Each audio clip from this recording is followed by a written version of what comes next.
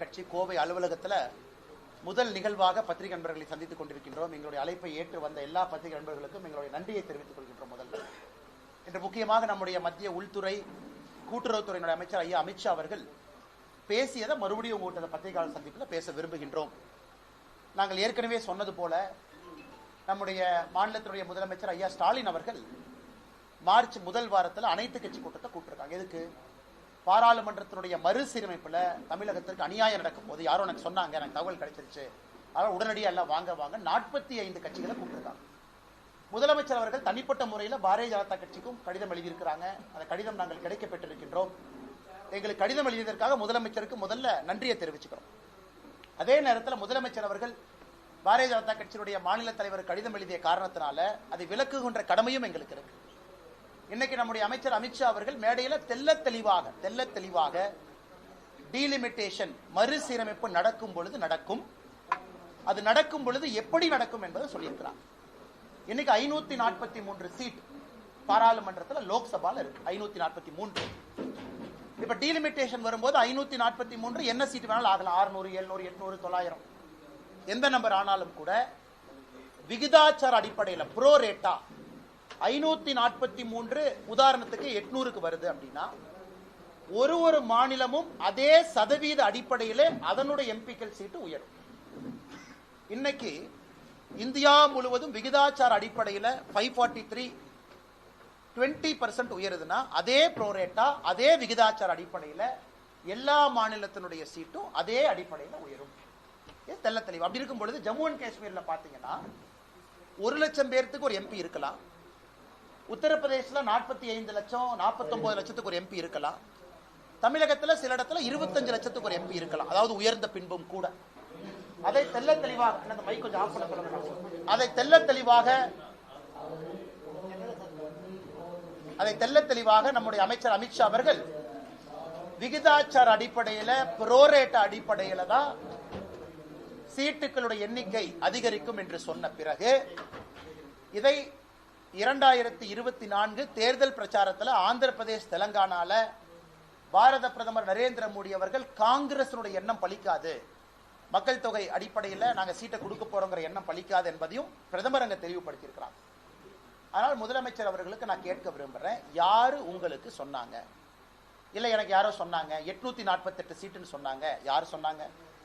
தமிழ்நாட்டுக்கு 22 சீட் அதிகமாகணும், ஆனால் 10 சீட்டு தான் அதிகமாக போகுது, 12 சீட்டு கம்மியாக போகுது. யார் சொன்னாங்க? இன்னைக்கு மேடையில நாங்கள் தெளிவுபடுத்தி இருக்கின்றோம். நீங்க தெளிவு பண்ணுங்க, உங்களுக்கு இந்த தகவலை கொடுத்தது யார்? அப்படி நீங்க அந்த தகவலை யார் கொடுத்தாங்கன்னு சொல்லல அப்படின்னா ஒரு மாநிலத்தினுடைய முதலமைச்சர் தவறான ஒரு தகவலை மக்கள் மன்றத்தில் தெரிவிக்கலாமா, அனைத்து கட்சி கூட்டத்துக்கு அழைக்கலாமா அப்படிங்கிற கேள்வியும் பத்திரிகை நண்பர்கள் மூலமாக தமிழக மக்களுக்கு நாங்க வைக்கிறோம். இது முக்கியமானது, முதன்மையானது. மிச்சதெல்லாம் அமித்ஷாஜி அவருடைய பேச்சை நீங்க கேட்டீங்க.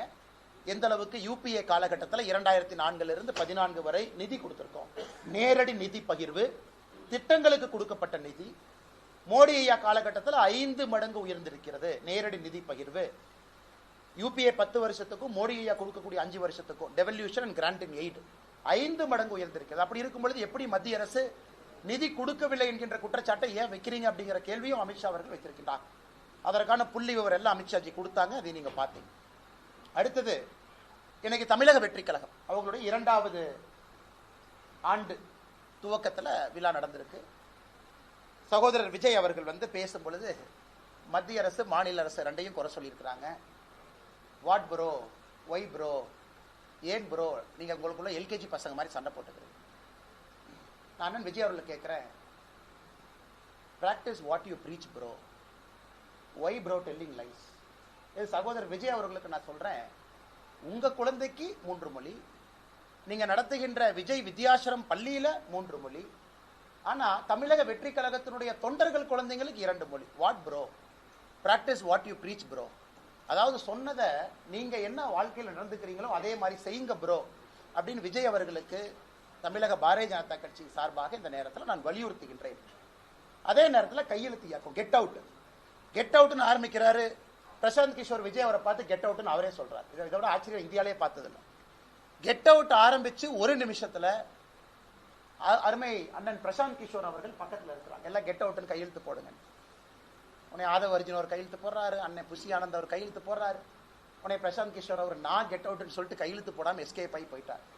அதனால இந்த கெட் அவுட் ஆரம்பித்த 30 செகண்ட்லயே இந்த கெட் அவுட்டுக்கான என்ன மரியாதை என்பது விஜய் அவர்களுக்கு ஆலோசனை சொல்லக்கூடிய சகோதரர் பிரசாந்த் கிஷோர் அவருடைய நடவடிக்கை நமக்கு காண்பித்து கொடுத்துருச்சு. அதனால இந்த கெட் அவுட் இதெல்லாம் ஒரு காரணத்திற்காக இருக்க வேண்டும். எங்கேயும் யாரும் எந்த மொழியும் திணிக்கல. அதனால practice what you breach bro. What bro நீங்களே ப்ரோன்னு பொய் சொல்லாமா ப்ரோ. அதனால அருமை சகோதரர் விஜய் அவர்கள் இதை செய்ய வேண்டாம் என்று அன்போடு வலியுறுத்தி, அதன் பிறகு பத்திரிகை நண்பர்களுக்கு கேள்வி இருக்கும். கேள்வி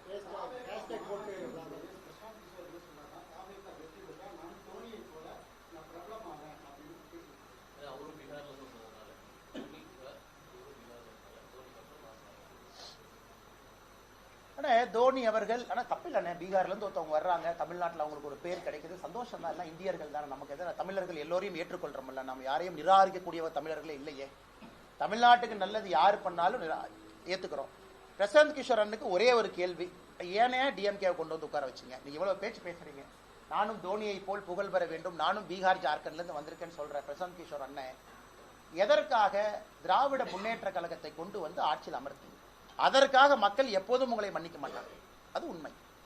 தனிப்பட்ட முறையில் உங்களுக்கும் எங்களுக்கும் என்ன பிரச்சனை? தனிப்பட்ட முறையில் இன்னொரு மாநிலத்திலிருந்து வர்றீங்க, தமிழ்நாடு நன்றாக இருக்க வேண்டும் என்று எந்த வேலையை நீங்க செஞ்சாலும், இந்தியாவில் யாராக இருந்தாலும் தமிழர்கள் திரும்ப அந்த மரியாதையை கொடுக்கத்தான் போறாங்க. கிளாசிக் உதாரணம் தோனி அவர்கள். மொழி தெரியாம வந்தாங்க, சென்னை சூப்பர் கிங்ஸ் ஆடினாங்க, முழு தமிழ்நாடும் நம்முடைய வீட்டு பிள்ளையாக ஏற்றுக்கொண்டிருக்கின்றோம். அதனாலதான் ஏற்றுக்கொண்டு நினைக்காதீங்க, நல்லது பண்ணுங்க, எல்லோரும் ஏற்றுக்கொண்டு. வன்மையா கண்டிக்கிறேங்கன்னா, குமுதம் நிருபர் அந்த புகைப்படத்தை பார்த்தேன். அதனாலதான் நம்ம செக்யூரிட்டியே கொடுத்தோங்க. இந்த பேரா நீங்க லாஸ்ட் டைம் கேட்டீங்க, எதுக்கு சென்ட்ரல் செக்யூரிட்டி கொடுத்தீங்க, அந்த பஞ்சாயத்து வரக்கூடாதுன்னு. அதனால தயவு செய்து சென்ட்ரல் கவர்மெண்ட் செக்யூரிட்டி சிஆர்பிஎஃப் பயன்படுத்துங்க. ஹைலி ட்ரெயின்டு, ரொம்ப நாசூக்கா நாகரிகமா நடந்துக்குவாங்க. அவங்கள விவிஐபி பெட்டாலியன்ல இருந்து வர்றாங்க. இந்த சிஆர்பிஎஃப் செக்யூரிட்டி யாரு நம்முடைய சகோதரர்கள் வர்றாங்களோ அவங்க ஸ்பெஷலி ட்ரெயின்டு. ஒரு கிரௌடை ஹேண்டில் பண்ணணும், அதே மரியாதையோடு நடத்தணும், வரக்கூடிய மக்களுக்கு மரியாதை கொடுக்கணும், பத்திரிகை நண்பர்களுக்கும் அந்த மரியாதை சுதந்திரம் கொடுக்கணும் அப்படிங்கிற ட்ரெயின் ஆனவங்க. அதனாலதான் உங்களுக்கு அது கொடுத்துருக்கனால நான் பவுன்சர்ஸ் எல்லாமே நான் தவறா சொல்லல, அவங்களுக்கு தெரியாது, செய்தியாளர்களாலும் கூட சில இடத்துல தெரியாதனால இது வன்மையா கண்டிக்க வேண்டிய விஷயம். அதனால தயவு செஞ்சு கவனம் கொடுங்க. ஏன்னா நீங்க பத்திரிகைங்கிறீங்க, பத்திரிகை வரணுங்கிறீங்க, முதலா வரணுங்கிறீங்க. பாரதிய ஜனதா கட்சியும் முதல் நிகழ்ச்சி பத்திரிகையாளர் சந்திப்பு நடத்தி தான் பிள்ளையார் சொல்லி போட்டு தான் கட்சி அலுவலகத்தையே நம்ம திறந்து வைக்கிறோம். அந்த அளவுக்கு பத்திரிகையாளர் மீது நம் நம்பிக்கை கொடுக்கும் பொழுது, மரியாதை கொடுக்கும் பொழுது நம்முடைய நடத்தையும் அப்படி இருக்க வேண்டும் என்று சொல்லிக் கொள்கிறேன்.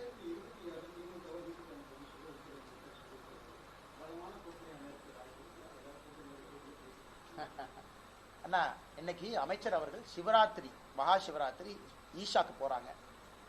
எங்களுக்கும் இந்த அற்புதமான நாளில் 3 கட்டிடத்தையும் திறந்து வைக்க வேண்டும் என்று வேண்டுகோள் விடுத்தோம். திறந்து வைக்கிறேன்னு சொல்லி இன்னைக்கு 3 கட்டிடத்தையும் திறந்து வச்சிருக்கிறாங்க. அமித்ஷாஜி அவர்கள் மிக தெளிவா சொன்னாங்க, எதற்காக திமுக வெளியே போகணும், வெரி கிளியர். ஆன்டி நேஷனலா இருக்கிறாங்க, ஆன்டி பீப்புளா இருக்கிறாங்க, மக்களுக்கு எதிராக இருக்கிறாங்க, பாரத நாட்டுக்கு எதிராக இருக்கிறாங்க, அவங்களுடைய நடவடிக்கைகள். அதனால் நிச்சயமாக 2026 பொறுத்தவரை எல்லோரும் யாரெல்லாம் நினைக்கிறாங்க, தேசிய ஜனநாயக கூட்டணிங்கிற வார்த்தையும் பயன்படுத்தி இருக்கிறாங்க, என்டிஏ பவருக்கு வரணும்னு சொல்லியிருக்கிறாங்க. ஆந்திரா உதாரணம் கொடுத்தாங்க, பல இடத்தை கொடுத்தாங்க. நிச்சயமாக நம்பிக்கை இருக்கு. தேசிய ஜனநாயக கூட்டணி ஒருமித்த கருத்துல இன்னைக்கு தேசிய ஜனநாயக கூட்டணி இருக்கு. இன்னைக்கு காலையில கூட நீங்க பாருங்க, அண்ணன் ஜி.கே. மணி அவருடைய இல்ல திருமண விழா நடந்து கொண்டிருக்கிறது. அமித்ஷாஜி அவங்களால போக முடியல, நேற்று லேட்டா தான் வந்தாங்க. என்னை அனுப்பியிருந்தார், நீ போயிட்டு வாப்பான்னு. காலையில சேலம் போய் அவருடைய முகூர்த்தத்துல கலந்து கொண்டு வந்து தொலைபேசி மூலமாக அமித்ஷா அவர்கள் ஜி.கே. மணி ஐயாவுக்கு தொடர்பு கொண்டு வாழ்த்து சொன்னாங்க. அதனால எப்பொழுதுமே பரஸ்பரமான ஒரு நல்ல சூழ்நிலை தான் தேசிய ஜனநாயக கூட்டணி இருக்கிறது. வருகின்ற காலத்துல ஒருமித்த கருத்தோடு யார் வந்தாலும் இணைந்து நாங்கள் பயணிக்க தயார்.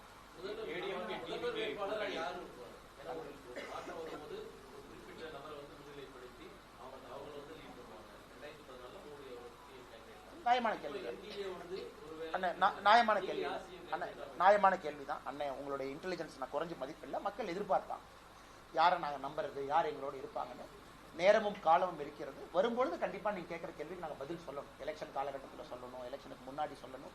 அதே நேரத்தில் பாரதிய ஜனதா கட்சி டெல்லி எல்லாம் நீங்க பார்த்துருக்கீங்க, பல இடத்துல கட்சி பிரதமர் அவர்களை முன்னிறுத்தி பிரதமருடைய ஆட்சியை கொண்டு வருவதற்காகத்தான் கட்சி பல இடத்துல போராடி கொண்டிருக்கின்றோம். அதுவும் பிஜேபியினுடைய மாடல். சரியான நேரத்தில் தலைவர்கள் பேசுவாங்க. ஆனா இன்னொரு கட்சி அவங்க கூட்டணி அவங்க எப்படி பயணம் பண்ணுவாங்க அப்படின்னு நான் சொன்னா அது தப்பா போயிருங்கன்னா, அந்தந்த கட்சியினுடைய தனிப்பட்ட விருப்பு வெறுப்பு அவங்க முடிவு செய்யணும். ஆனா இன்னைக்கு என்டிஏ இருக்கு, வலிமையா இருக்கு, ஸ்ட்ராங்கா இருக்கு, வளர்ந்துகிட்டு இருக்கு. எல்லாரும் பாசத்தோடு ஒன்றா இருக்கும். வருகின்ற காலத்துல ஒருமித்த கருத்தோடு நீங்க பாப்பீங்க என்டிஏ என்கின்ற வார்த்தை. ஆனா அது அது அது சொல்றதுக்கான நேரமும் காலமும் இன்னும் நிறைய இருக்கு. எலெக்ஷனுக்கு ஏதோ ஒரு காலம் இருக்கு. அதனால திமுகவை வீட்டுக்கு அனுப்பணும் தெளிவா சொல்லியிருக்கிறாங்க. என்டிஏ பவருக்கு வரணும் தெளிவா சொல்லியிருக்கிறாங்க. அதைத்தான் நம்ம எல்லோரும் சொல்லுகின்றோம். பாரதிய ஜனதா கட்சி இன்னைக்கு என்டிஏ நம்ம பார்ட்னர் ஸ்ட்ராங்கா இருக்கிறாங்க. அதனால வருகின்ற காலத்துல பாப்பீங்க. ஆனா டைம் இருக்கு, நேரம் இருக்கு, காலம் இருக்கு. ஒருமித்த கருத்தோடு இருக்கணும். என்டிஏன் தான் சொன்னேன் மேடம். நானும் என்னோட பேச்சுல என்டிஏன் தானே மேடம் சொன்னேன். ஏன்னா 2024 நம்ம என்டிஏன் தானே சொன்னோம். ஏன்னா 2024 என்டிஏ இருந்துச்சு இல்லைங்க. 2024 லோக்சபா என்டிஏ இருந்துச்சு. 2026 என்டிஏ இருக்க போகுது. இப்ப நீங்க கேட்கிற கேள்வி என்டிஏல யார் இருப்பாங்க, அதான் உங்களுடைய கேள்வி.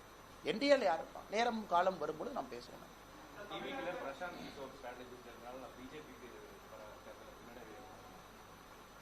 அண்ணே நான் யாரை பற்றியும் நான் தப்பா சொல்கிற ஆள் இல்லைங்கன்னா, எல்லோரும் ஒரு ஸ்ட்ராட்டஜிஸ்ட்டுக்குன்னு ஒரு ஸ்ட்ரென்த் இருக்குது, பவர் இருக்குது. அது பிரசாந்த் கிஷோர் அவர்களாக இருக்கட்டும், தமிழகத்தில் சுனில் கண்டுகுலுன்னு ஒருத்தர் இருக்கார் அவராக இருக்கட்டும்.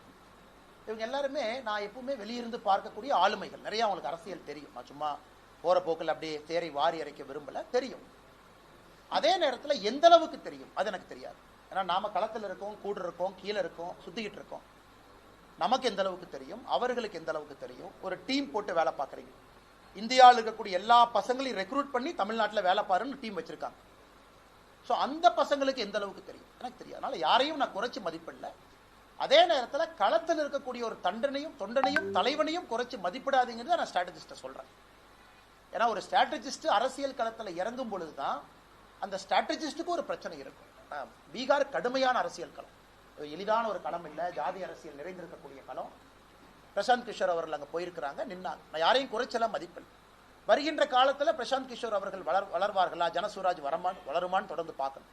ஆனால் இந்த முறை நடக்கக்கூடிய பீகார் தேர்தலையும் என்டிஏ தான் ஜெயிக்க போகுது. எழுதி வச்சுக்கங்க. NDA will win. பிஜேபி கடந்த முறை போல பெரிய அளவில் பிஜேபி அங்கே எம்எல்ஏக்களை பெறப்போம். இன்னைக்கு நான் சொல்றதை எழுதி வச்சுக்கங்க. தமிழ்நாட்டுக்கு முன்னாடி நடக்கத்தான் போகுது. களத்தில் பிரசாந்த் கிஷோர் அவருடைய ஜனசுவராஜ் இருக்கத்தான் போகுது. தமிழ்நாடு எலெக்ஷனுக்கு முன்னாடியே நீங்க பார்க்கத்தான் போறீங்க. பிரசாந்த் கிஷோருடைய கட்சி இருக்கும், பிஜேபி இருக்கும், யார் அதிகமா ஜெயிப்பாங்கன்னு பாருங்க. அதனால் லாங் ஸ்டாண்டிங்கா பாலிடிக்ஸ்ல நிக்கணும். 10 ஆண்டுகள் 20 ஆண்டுகள் கழிச்சு சில பேருக்கு வாய்ப்பு வரும். அதனால எல்லோருக்கும் நான் வாழ்த்துக்களை தெரிவிச்சுக்கிறேன். ஸ்ட்ராட்டஜிஸ்ட் வந்தனால கேம் மாறும். கோச் முக்கியமா, கேப்டன் முக்கியமா, பிளேயர் முக்கியமான? எப்பொழுதுமே player first, captain second, coach third, spectator fourth.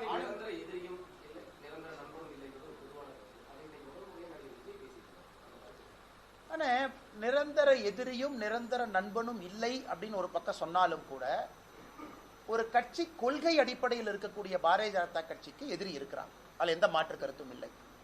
அப்படி சொல்லும் பொழுது நாங்களும் காங்கிரசும் இன்னைக்கு எதிரியா இருக்கோம், நாளைக்கு நண்பாக முடியுமா? வாய்ப்பே இல்லை. ஏன்னா நம்முடைய சித்தாந்தங்கள் வேறு வேறு. மக்கள் பார்த்து ஓட்டு போடுறாங்க.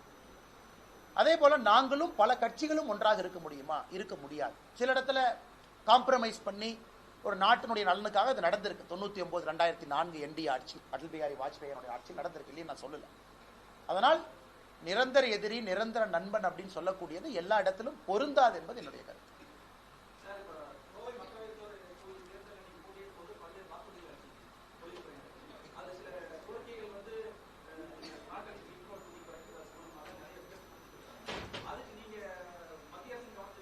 கொண்டு போறோம்னா பண்ணிட்டே இருக்கோம்.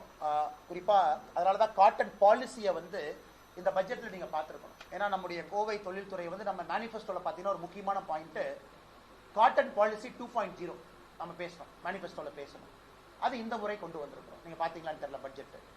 ஏன்னா வாஜ்பாய் காலத்துல காட்டன் பாலிசி 1.0 இருந்துச்சு.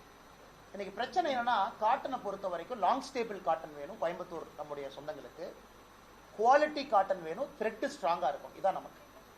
அது நமக்கு இருக்கக்கூடிய காட்டன்ல இல்ல அப்படிங்கறதுனால நம்ம பல இடத்துல இருந்து காட்டனை இம்போர்ட் பண்றோம். ஆஸ்திரேலியால இருந்து பண்றோம், ஈஜிப்ட்ல இருந்து பண்றோம். அதனால தொழில்துறையினுடைய முக்கியமான கோரிக்கை, நீங்க காட்டன் பாலிசியை திரும்ப லான்ச் பண்ணி இந்தியால குவாலிட்டியான காட்டனை ஊக்குவிக்கணும். ஆனா இந்தியாவில் எந்த பகுதி கஷ்டப்படுதோ இல்லையோ திருப்பூர் கோயம்புத்தூருக்கு தான் லாங் ஸ்டேபிள் காட்டன் வேணும். டிஷர்ட்ல இருந்து குவாலிட்டி, ஏன்னா எக்ஸ்போர்ட்ஸ் எல்லாமே லாங் ஸ்டேபிள் காட்டன். ஸோ சொன்னபடி எங்களுடைய தேர்தல் வாக்குறுதியில் இந்த பட்ஜெட்ல அம்மா நிர்மலா சீதாராமன் அவர்கள் கொண்டு வந்திருக்கிறாங்க ஒரு விஷயம். இரண்டாவது, நம்முடைய இம்போர்ட்டை பொறுத்த வரைக்கும் பல இடத்துல ரேஷனலைசேஷன், குறிப்பா பங்களாதேஷ்ல இருந்து வரக்கூடிய உள்ளாடைகள், திருப்பூராக இருக்கட்டும், கோயம்புத்தூராக இருக்கட்டும், ஈரோடு இந்த பகுதி உள்ளாடைகள் பார்த்தீங்கன்னா மிக மிக கடுமையாக நம்முடைய director general of foreign trade DGFT கடுமையான நடவடிக்கை, ரவுண்ட் ட்ரிப்பிங். நம்முடைய மெயின் பிரச்சனை பங்களாதேஷ்ல இருந்து வர்றாங்கன்னு சொல்றதை விட வேற நாட்டில இருந்து பங்களாதேஷுக்குள்ள போய் தமிழ்நாட்டுக்குள்ள பங்களாதேஷா வர்றாங்க அப்படிங்கறத நம்முடைய பிரச்சனை. அது இந்த ஆண்டுக்கு நீங்க பாத்தீங்கன்னா டிஜிஎஃப்டி மிக கடுமையாக பியூஷ் கோயல் அவர்களுடைய அமைச்சரவை கடுமையான நடவடிக்கை எடுத்திருக்கிறாங்க. பல பேர் தொழில்துறை நம்மை பாராட்டி இருக்கிறாங்க. இதுவும் நாம தேர்தல் வாக்குறுதியை கொடுத்திருக்கோம், தொடர்ந்து செய்வோம். அதே போல மூன்றாவது நாம் கொடுத்திருப்பது எஃப்டிஏ, ஃப்ரீ ட்ரேட் அக்ரிமெண்ட். ஏன்னா இன்னைக்கு நம்ம காட்டன் இதெல்லாம் பேசுறத விடங்கன்னா இங்க இருக்கக்கூடிய எக்ஸ்போர்ட்டர்ஸ்க்கு 5 மடங்கு எக்ஸ்போர்ட்டை வளர்க்கணும். அதுக்கு ஒரே வாய்ப்பு யூகேல இருந்து வரக்கூடிய எஃப்டிஏ வேகமா சைன் பண்ணணும். அதற்கு தினமும் பியூஷ் கோயல் அவங்க சொல்லிட்டு இருக்காங்க எங்க இருக்கு எங்க போகுதுன்னு. உறுதியாக மிக வேகமாக எஃப்டிஏ யூகேவோடு கையெழுத்திடப்படும் பொழுது இந்தியாவில் அதிகமாக பயன்பெறக்கூடிய பகுதி திருப்பூரும் கோயம்புத்தூருமா இருக்கும். ஏன்னா நேரடியா உங்களுடைய எக்ஸ்போர்ட் எண்ணெய் பொறுத்தவரை 3 to 5 மடங்கு depending on the variety of export, medical textile, normal T-shirts, அதுவும் அதிகமாக. ஒரு கோரிக்கை எண்ணெயை பத்தி சொன்னோம், நேஷனல் இன்வெஸ்டிகேஷன் ஏஜென்சி, அது அமித்ஷாஜி அவர்கள் எங்களுடைய கோரிக்கை ஏற்று அதற்கான பரிசீலனை இருக்கு. ஏன்னா பவுண்டரியை பிக்சேஷன் பண்ணணும். கொச்சின் ஒரு பக்கம் இருக்கு, ஒரு பக்கம் சென்னை இருக்கு. எண்ணெயை கோட்டை டிக்ளேர் பண்ணோம். 98ல் பாம் பிளாஸ்ட் கோட் ஒன்று இருக்கு, அது சும்மா இருக்கு. அதற்கான எல்லா வேலைகளும் நடந்து கொண்டிருப்பதாக நாங்கள் அறிகின்றோம். அதற்கான நல்ல ஒரு அறிவிப்பும் மத்திய அரசு விரைவில் கொடுப்பாங்கன்னு நம்புறோம்.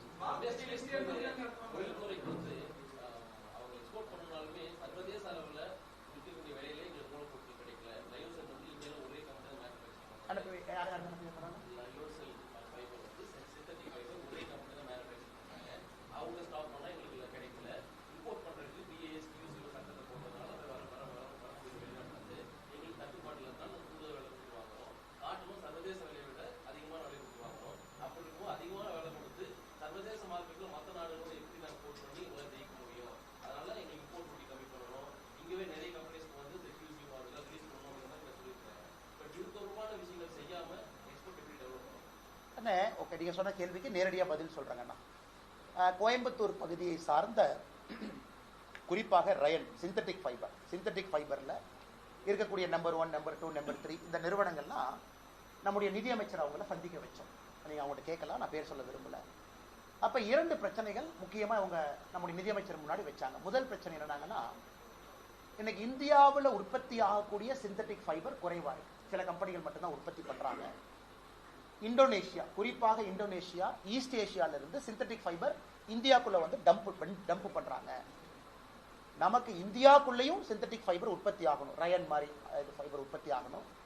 அதே நேரத்தில் இந்தோனேஷியால இருந்து டம்ப் பண்றவங்களையும் ஆன்டி டம்பிங் டியூட்டியோ இம்போர்ட் டியூட்டியோ போட்டு நாம் அதை குறைப்பதற்கான முயற்சி எடுக்கிறோம்.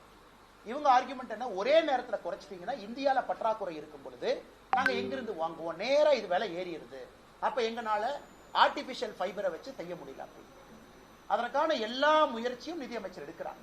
நான் கம்பெனியினுடைய பேரை சொல்ல விரும்பலீங்கன்னா அதற்கான எல்லா முயற்சி, ஏன்னா இந்தியாவில் கண்ட்ரோல் 2 கம்பெனி கையில தான் இருக்கு. only 2 companies own that market share. அப்ப அவங்களையும் கண்ட்ரோல்ல வைக்கணும். இந்தோனேஷியா போன்ற நாட்டில் இருக்கக்கூடியவங்களுக்கு வாய்ப்பு கொடுக்கணும். ஆனா அவங்களும் வந்து ஃபுல்லா டம்ப் பண்ணி சின்னதா க்ரோ ஆகக்கூடிய ஆர்டிபிஷியல் ஃபைபர் இருக்கிறவங்களை செத்து போயிடக்கூடாது, அவங்களையும் வளர்த்தணும்.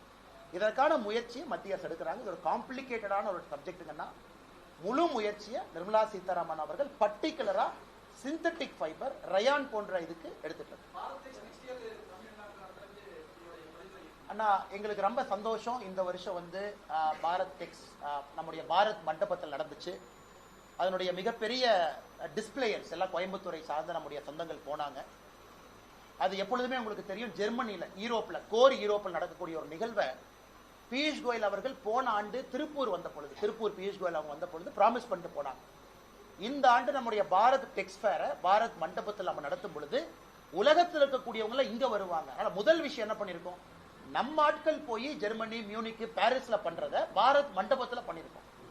இரண்டாவது, எதற்கு தமிழ்நாடுன்னா கோயம்புத்தூர்ல நடத்த வேண்டும் என்பது எங்களுடைய ஆசை. வருகின்ற காலத்துல பாரத் டெக்ஸ்பேர்ல கோயம்புத்தூர்ல நடத்தணும் அப்படிங்கிற ஒரு வேண்டுகோளை வைப்போம். அதுவும் நடப்பதற்கான வாய்ப்பு. ஒரே வந்து இடப்பற்றாக்குறை. எனக்கு தெரியும் அண்ணன் வந்து நிறைய பிசினஸ் எல்லாம் நீங்க ட்ராக் பண்றீங்க. ஏன்னா பாரத் மண்டபத்தில் இருக்கக்கூடிய ஸ்டால் இடம் அவ்வளவு பெரிய ஏரியா, கோயம்புத்தூர்ல அந்த ஏரியா இருக்கா அப்படிங்கிற ஒரு கேள்விக்குறி. அதையும் நம்ம சால்வ் பண்ணி வில் ஃபைண்ட் அ வேங்க. இன்னும் 1.5 வருஷம் இருக்குங்கன்னா இப்பவே வந்து ஆளுங்கட்சி வந்து ஏதோ ஒரு ரீசன் சொல்லிட்டு மக்களுக்கு வந்து பரிசு பொருட்களை கொடுக்க ஆரம்பிச்சிட்டாங்க. தொடர்ந்து ஒவ்வொரு ரீசனும் எல்லாத்துக்கும் போயிட்டு இருக்கு. தமிழ்நாடு ஒன்று பகுதிக்கு இதை எப்படி பாரதிய ஜனதா கட்சி? ஆனா இன்னைக்கு சில கட்சிகள் வந்து தொண்டரை சேர்த்தறதுக்கு டம்ளரும் தட்டும் கொடுக்குறாங்க. எந்த கட்சின்னு உங்களுக்கு தெரியும்? கோயம்புத்தூர், திருப்பூர், கரூர்லாம் பார்த்தேன். சில கட்சிகள் இவங்க பர்த்டே அவங்க பர்த்டேன்னு சொல்லிட்டு ஏதோ ஒரு இந்த டப்பாலாம் தூக்கிட்டு வந்து வீட்டில் போட்டு வைக்கிறாங்க. ஸோ எதுக்குன்னா எல்லாம் எலெக்ஷன் வர்றதுக்கு முன்னாடியே அட்வான்ஸ் ப்ரீலோட் பண்ணிடுவோம் அப்படின்னு. இதெல்லாம் மக்கள் பார்ப்பாங்கன்னா இதெல்லாம் மக்கள் பெருசாக எடுத்துக்க மாட்டாங்க. அதனால் இதை வச்சு தான் ஓட்டு போட்டு நாங்கள் ஜெயிக்க போகிறோன்னு திமுக உட்பட எந்த கட்சி நினைத்தாலும் மக்கள் அதை பெரிதாக எடுத்துக்கொள்ள போவதில்லை. அதான் எங்களுடைய கருத்து.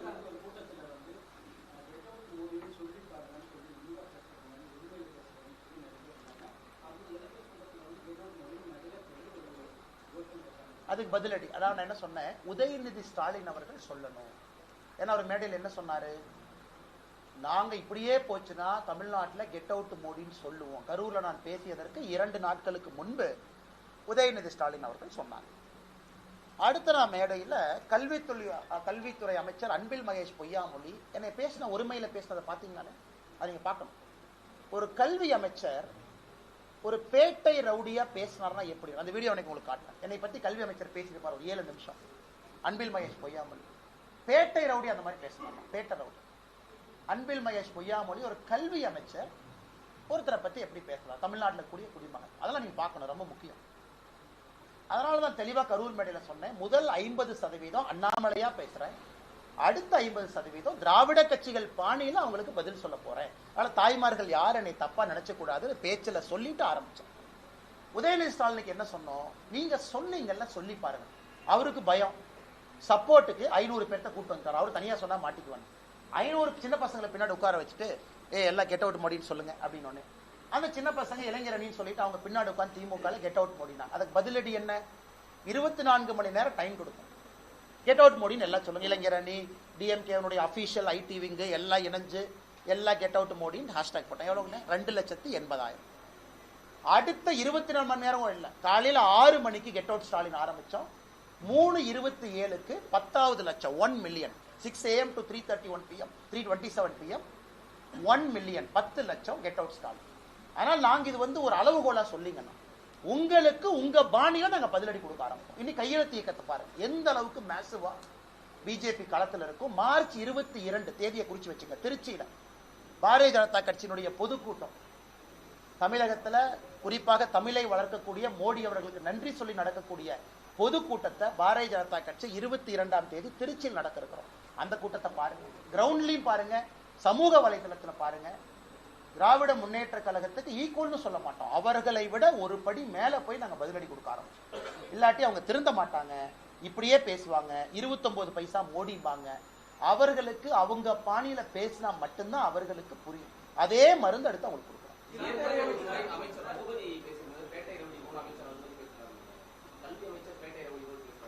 அண்ணே பீச்சை பார்த்துட்டு நீங்களே சொல்லுங்க அண்ணே. நான் சொல்றதுல அண்ணனுக்கு உடன்பாடு இல்லைன்னா, கல்வி அமைச்சர் பேசினத ஒருத்தர் இருக்கா, ஒருத்த வர்றா, ஒருத்த போனா, ஒருத்த சுத்தரா, இது பேட்டை ரவுடி இல்லையாண்ணே? கல்வி அமைச்சர் வந்து கல்வி அமைச்சர் அப்படின்னா இன்டர்னல் மீட்டிங்ல நீங்க எப்படி பேசுவீங்க? அப்ப குழந்தைகளுக்கு என்ன ஒரு நாகரிகமான ஒரு கலாச்சாரத்தை நீங்க உருவாக்கி கொடுப்பீங்க? கல்வி அமைச்சர் அவங்களுடைய மொழி, அவங்களுடைய பாஷை, அவங்க பேசுற விதம் எல்லாம். தொடர்ந்து ஒரு அமைச்சர் ரகுபதி அவங்க என்ன சொல்றாங்க, 2024 அவங்க ஆட்சிக்கு வருவாங்களாமா. 2024 டெல்லியில ஃபர்ஸ்ட் தீகார் சிறைக்கு போறது நானாமா. வெக்கமா இல்லையா? இது வந்து யார் சொல்றாங்க? லஞ்ச ஒழிப்புத்துறை சிறைத்துறையினுடைய அமைச்சர் ஃபர்ஸ்ட் நான் தீகார் சிறைக்கு போவேனாமா. இதெல்லாம் பேசினா பேட்டை ரவுடி இல்லையாங்கண்ணா. அதனால நான் அவர்களுக்கு அவங்க உங்ககிட்ட நீங்க அன்பானவர்கள், மரியாதையானவங்க, உங்களுக்கு நான் 5 மடங்கு மரியாதை கொடுக்குறேன். ஏன்னா அது கடமை. அந்த மாதிரி தப்பானவர்களுக்கு அவங்க பாஷையில் நான் பேசுறேன். எதுக்காக நான் அந்த அதிகாரத்தில் இருக்கணும், பொறுப்புல இருக்கணும்?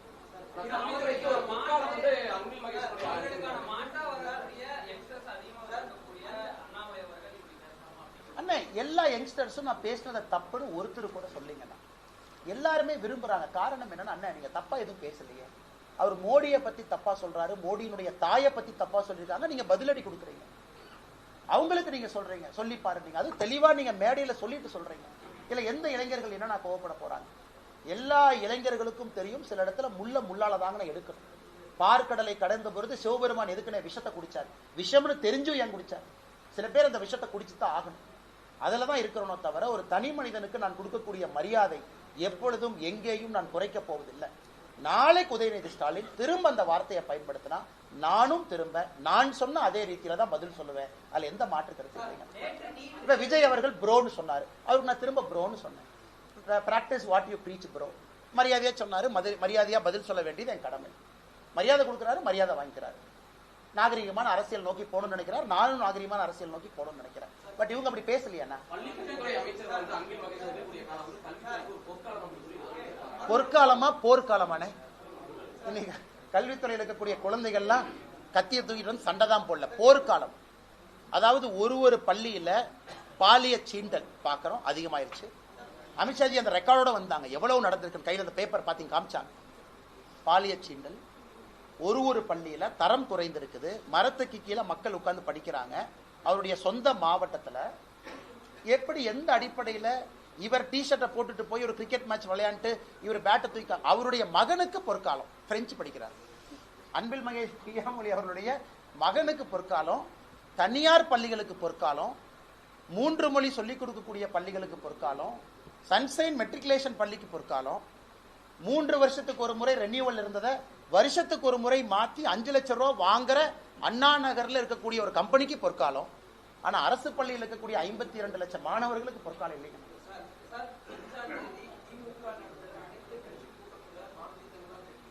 அண்ணா கலந்து கொள்ளும் கடிதம் எனக்கு தான் அனுப்பிச்சிருக்காரு, கு அண்ணாமலைன்னு போட்டு எனக்கு அனுப்பிச்சிருக்காரு, நீங்க வாங்கன்னு கூப்பிட்டுருக்காரு. கலந்து கொள்வோம் சொல்றதை விட நான் கேட்கிற முதல் கேள்வி என்னங்க ஐயா பிரச்சனைன்னு கேட்கிறேன். இன்னைக்கு நான் பதில் கடிதம் நாளை காலையில் எழுதுறேங்கண்ணா. ஐயா கடிதம் போட்டீங்க, இதெல்லாம் கருத்து சொன்னீங்க, பதில் பாருங்க ஐயா. கடிதத்திலே உங்களுக்கு தெளிவுபடுத்திடணுமே, எதுக்கு 45 கட்சிக்காரங்களை கூப்பிட்டு நீங்க உங்க நேரத்தை வேஸ்ட் பண்ணி 45 கட்சி நேரத்தை வேஸ்ட் பண்ணி வடை பஜ்ஜி டீ போண்டாலாம் உங்களை போன்று என்னை போன்று வரி கட்டுறவங்க தலையில சுமத்தி, அந்த டீ பஜ்ஜி போண்டாலாம் நீங்கள் நானும் வரி தானே கட்டுறோம், கிளாரிஃபை பண்ணிட்டோம், புரோரேட்டான்னு சொல்லிட்டோம், விகிதாச்சாரம்னு சொல்லிட்டோம். அதை தாண்டி இல்லப்பா சும்மா வாங்க அந்த கிரிக்கெட் மேட்ச் விராட் கோலி பத்தி பேசணும், சும்மா போயிட்டு வரேன். விராட் கோலி இந்தியா பாகிஸ்தான் மேட்ச் நல்லா ஆடினாருன்னு முதலமைச்சர் சொன்னாலும் கேட்க போறேன்.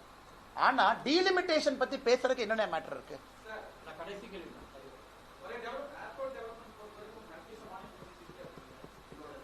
எங்களுடைய நம்பர் ஒன் ப்ரையாரிட்டி கோயம்புத்தூருக்கு ஏர்போர்ட் எக்ஸ்பான்ஷன் நம்பர் 1 ப்ரையாரிட்டி. அது நடந்தா எல்லாம் நடந்துருங்கண்ணா. அதற்கான வேலைகள் மிக வேகமாக ஆரம்பித்திருக்கின்றார்கள். கண்டினியூஸ் ஃபாலோஅப்ல இருக்கும். அது இப்ப இருக்கக்கூடிய விமான போக்குவரத்து அமைச்சர் வேகமாக செயல்படக்கூடியவர். எப்படி ஜோதிராஜ் சிந்தியா அவங்க வேகமா செயல்பட்டாங்களோ அதே போல இளமையானவர் ராம்மோகன் அவர்கள் மிக வேகமா செயல்படுறாங்க. மிக வேகமாக கோயம்புத்தூருக்கு கொடுப்பது எங்களுடைய ஹையஸ்ட் ப்ரையாரிட்டி, கட்டாயமா கொடுக்கணும்.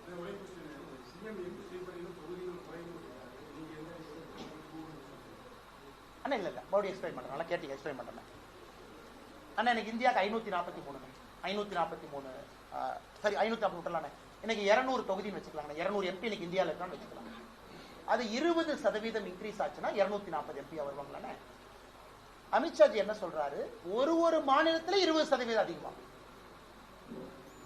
சோ ப்ரோரேட்டா எல்லா மாநிலமும் விகிதாச்சார அடிப்படையில் இட் வில் இன்க்ரீஸ். சோ எங்கேயும் யாருக்கும் தமிழ்நாடு 33% உயர்ந்துச்சு, ஆனா பீகார் 67% உயர்ந்துச்சு, அது நடக்காது. புரோரேட்டா எல்லாம் அப்படி இருக்கும் பொழுது இன்னும் பிரச்சனை இருக்கும். ஏன்னா இன்னைக்கு மேல என்ன கேட்கிறாங்க, 1 லட்சம் மக்கள் தொகைக்கு ஒரு MP, 22 லட்சம் மக்கள் தொகைக்கு ஒரு MP, 45 லட்சம் மக்கள் தொகைக்கு ஒரு MP-யா? மறுபடியும் அது கண்டினியூ ஆகத்தானே. அது 45 லட்சமா இருக்காது, 30 லட்சத்துக்கு ஒரு MP, 17 லட்சத்துக்கு ஒரு MP, 1,10,000 பேருக்கு ஒரு MP. சோ விகிதாச்சார அடிப்படையில் இன்க்ரீஸ் ஆகிறதுனால யாருக்கும் அநியாயம் நடக்காது என்பதை தெல்ல தெளிவா சொல்லுங்க.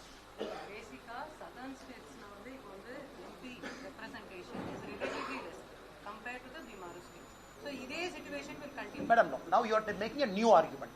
Madam's argument is, we are only saying the current 543 is fixed on 1971 census, madam. So now new census conduct பண்ணதுக்கு அப்புறம் நாம இந்த புதிய ஒரு எண்ணிக்கையை ஃபிக்ஸ் பண்ண போறோம். அப்ப இருப்பது எல்லாம் ப்ரொபோர்ஷனேட்டா தான் உயரும். 543 might become 800, 850, 900. அந்த இன்க்ரீஸ் தான் ஒரு மாநிலத்தோட இன்க்ரீஸ் அப்படின்னு சொல்லியிருக்கிறாங்க. அப்ப இதே லாஜிக் நம்ம பார்க்கும் பொழுது மேடம், இன்னைக்கு யூபி அவங்க கேட்பாங்க, இல்லை எங்களுக்கு அநியாயம் ஆயிடுச்சு, நாங்க எப்படி 50 லட்சம் பேர்த்துக்கு ஒரு எம்பிங்கிறீங்க, நீங்க 25 லட்சம் பேர்த்துக்கு ஒரு எம்பி. ஏன்னா இந்தியாவில் அவங்களும் பேசுறாங்கல்ல. ஸோ அமித்ஷாஜி அவர்கள் சொல்வது குறிப்பாக தென்னிந்தியாவில் உங்களுக்கு பிரச்சனை யாருக்குமே இருக்காது, ப்ரோரேட்டா இன்க்ரீஸ். இது நேற்று ஸ்டாலின் அவர்கள் எழுதியிருக்கக்கூடிய கடிதத்திற்கு நேர் எதிர். அதைத்தான் நேத்துல இருந்து கேட்கிறோம். யார் சொன்னாங்க ஐயா, யார் சொன்னாங்க ஐயா, யார் சொன்னாங்க ஐயா? கடைசி கேள்வினா கடைசி கேள்வி. அண்ணா எனக்கு வீகம் வகுப்பவங்க, எங்களுக்கு வீகம் வகுப்பவங்க 3 பேருங்கண்ணா. உண்மை சொல்லணும், முதல்ல தமிழ்நாட்டு மக்கள் அவங்கள்ட்ட போய் காது கொடுத்து கேட்கணும். 2வது கட்சி தொண்டர்கள், அவங்க கீழே இருந்து மேலே சொல்லணும். 3வது பத்திரிகை நண்பர்கள், மாறுபட்ட கருத்தா இருந்தாலும் எங்ககிட்ட ஆக்ரோஷமா நீங்க இந்த மாதிரி நடந்துக்கணும், மென்மையாகவும் நடந்துக்கணும், எங்ககிட்ட கருத்து சொல்லணும். இந்த 3 பேர்த்துக்கிட்டே டச்சில் இருந்தா எப்பொழுதுமே ஒரு மனிதன் நிதானமா இருப்பான். சில இடத்துல நீங்க சொல்ற கருத்து பிடிக்காம இருக்கலாம், ஆனா 3 கருத்தையும் காது கொடுத்து கேட்டா அந்த 3 பேர் 450 கோடி, 500 கோடி, 300 கோடி, 180 கோடி, எனக்கு அமௌண்ட்லாம் தெரியாதுண்ணே, அதெல்லாம் கொடுக்கறதுக்கு எங்க பண்ணரு.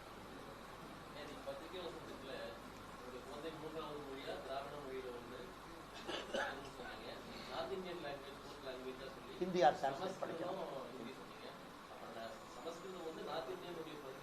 இல்லைங்கண்ணா. இந்தியாவில் எல்லா நிலப்பரப்பில் இருந்தாலும் சமஸ்கிருத மொழி பேசுறவங்க கம்மியாக தான் இருக்கிறாங்க. ஏன்னா இன்னைக்கு நான் தொடர்ந்து சொல்வது, சமஸ்கிருதத்தை விட நம்முடைய தமிழ் மொழி தொன்மையும் பழமையும் ரொம்ப அதிகம். இதை யோகி ஆதித்யநாத் அவர்கள் காசி தமிழ் சங்கத்துல, முதல் தமிழ் சங்கத்துல யோகிஜி சொன்னாங்க, சிவபெருமானுடைய வாயிலிருந்து 2 மொழிகள் வந்துச்சு, தமிழும் சமஸ்கிருதமும். அவர் சொன்னது மித்தாலஜி அடிப்படையில். ஒரு தொன்மையான மொழி, என்னுடைய தொன்மையான மொழி, முதல் தொன்மையான மொழி தமிழ் நான் கத்துக்கிறேன். அதே நேரத்தில் இன்னொரு தொன்மையான மொழியும் என்னுடைய ஊரில் இருக்கும் பொழுது அதை பத்தியும் தெரிஞ்சுக்கிறங்கிறது தப்பு இல்லையா? அதே போல ஹிந்தி, நார்த் இந்தியாவுக்கு போறீங்க, டெல்லி போறீங்க, பேசுறதுக்கு தெரிஞ்சிருக்கணும். பக்கத்து மாநிலத்துக்கு கண்டிப்பா போகத்தான் போறீங்க. உறவினர்கள், நண்பர்கள், ஃப்ரெண்ட்ஸ், ரிலேட்டிவ்ஸ் எல்லாம் இருக்கிறாங்க. பெங்களூர்ல அவ்வளவு பேர், திருவனந்தபுரத்து, கொச்சின்ல இருக்காங்க, பாலக்காட்டுல அவ்வளவு தமிழர்கள் இருக்கிறாங்க. நம்மகிட்ட வந்து ஓட்டு போட்டுட்டு போறாங்க. அதனால ஒரு மலையாளம் கற்றுக்கொள்வது தப்பு இல்லையா? நான் என்னுடைய சிந்தனையை பொறுத்தவரை நான் இன்னைக்கு 4 மொழி பேசுறேன், 5வது மொழியை பேச கத்துக்கிறேன். படிப்படியா 26 வயசு வரைக்கும் 2 மொழி தான் தெரியும். கத்துக்க முயற்சி பண்ணும் பொழுது மொழி கற்றுக்கிறது அப்படிங்கிறது சாகர வரைக்கும் செய்யலான்னு தான் நான் சொல்றேன். ஏன் பள்ளியோட நிறுத்துறீங்க? என் குழந்தைகள் 3, 4 வளர்ந்துகிட்டே இருக்கு. நன்றிங்கண்ணா. Thank you for your time. Yes madam.